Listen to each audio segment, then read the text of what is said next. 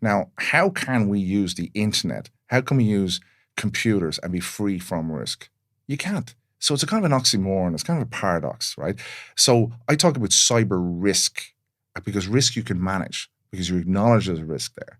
So there's a risk to us being able to send information over our heads here and wireless networks and everything else like that. Do I know what the risks are? Am I managing them? That's what it's really about. Security came from the decades ago when the terminology would be used to say build fortress of walls and layered defenses and so on like that to stop people getting in. In other words, almost saying it's impossible or that the tactic or objective here is to stop someone stealing your data or being able to break into your systems. The reality today is it's accepted people will break in. Okay. But will you know they have? And will you be able to respond and will you be able to recover?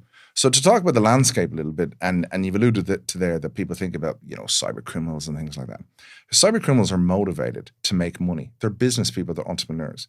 The people at the top of the OCG groups, the organized criminal groups in the cyber world, often are technical hacker type people. They're the kind of people who organize very well. They can pull together project teams, and they'll often use people who are vulnerable. So we see lots of people who have Asperger's syndrome or on the spectrum who are actually manipulated and used by these criminal groups to carry out criminal activities. Oh, no way. Now that brings you into another group. So you can think of this like a Venn diagram. Okay, so that's one circle in the Venn diagram. Now the other group we get into thrill seekers. These are the ones that do it for the crack. We often call them sometimes script kiddies and things like that. They're in the bedroom. It's an extension of online game playing.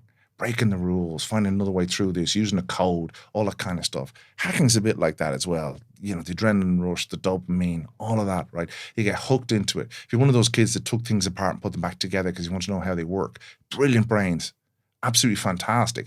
But criminals look at that and go, well, I could use you to do this, I could use you to do that. And they use that. So you have that group. Then you have other groups like nation states or state actors. So you'd have the likes of Putin.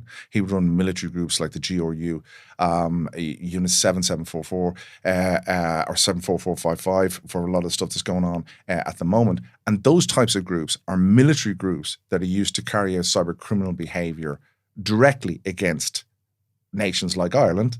So, but he would have this gray area where he would work with groups like, say, the Conti ransomware group. Now, the Conti ransomware group is a group that took down the HSE during COVID. They have about 60 odd staff. They do about 160 million a year, and they're organized like a tech company. It's funny to hear you describe it like that. That's literally what they are. They go to work every day. They go into the office. They work remotely. They have staff nights out. They have motivations. They have all of these kind of things. They run exactly like a company you'd expect in the likes of Silicon Valley. Then you've got groups like in the PLA, the People's Liberation Army in China, Unit 61398. Those guys will be against, a lot of the time, they're looking for intellectual property to steal from the likes of America or anyone who in pharmaceuticals, any areas where there's a lot of research and development going on. Why spend billions on research when you can just steal it? Fair, yeah. So, and it gives it a huge economic advantage. So now what we're doing is we've got these circles all overlapping each other. So your adversary, the person you're worried about, is somewhere in the middle. And there's another group I often refer to as cyber scum, right? And they're people who are bad actors. They're predators. They're working in this space, but they're not after money. They're not after stealing information or intellectual property, whatever. They're after their prey, and their prey is often children and so on. So all of these people work within this ecosystem. Now, when the media tends to spotlight criminals, because the reality is data is the new cash. If I broke into your office here and I stole something, I stole a laptop, what would I get? Maybe 200-300 quid for a laptop on a black market. But if I break into your laptop from the other side of the world and I steal all your data, that's worth a lot more to me.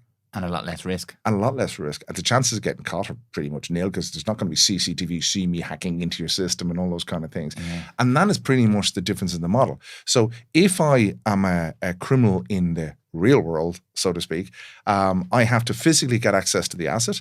I have to, I could be seen taking that asset. You'll notice it's gone because your laptop's gone. And then there can be investigations, what we call attribution, because if there is evidence or someone's witnessed me doing this and so on, you'll be able to maybe get an investigation and Garda Síochána or whoever it is, bring me up to the courts and I face attribution. And you may have transferred the risk. You may have your laptop insured. Now, if I steal your data, I can steal it, I can sell it many, many times, and the risk is virtually nil. And the chances of being caught, even if you realized I'd copied your data, you mightn't even know I've taken it because you still have it. Yeah. But I've got a copy of it. And the fresher that, it's like a market, the fresher the data that's stolen, the more expensive it is. And it's sold on these underground markets on the dark web.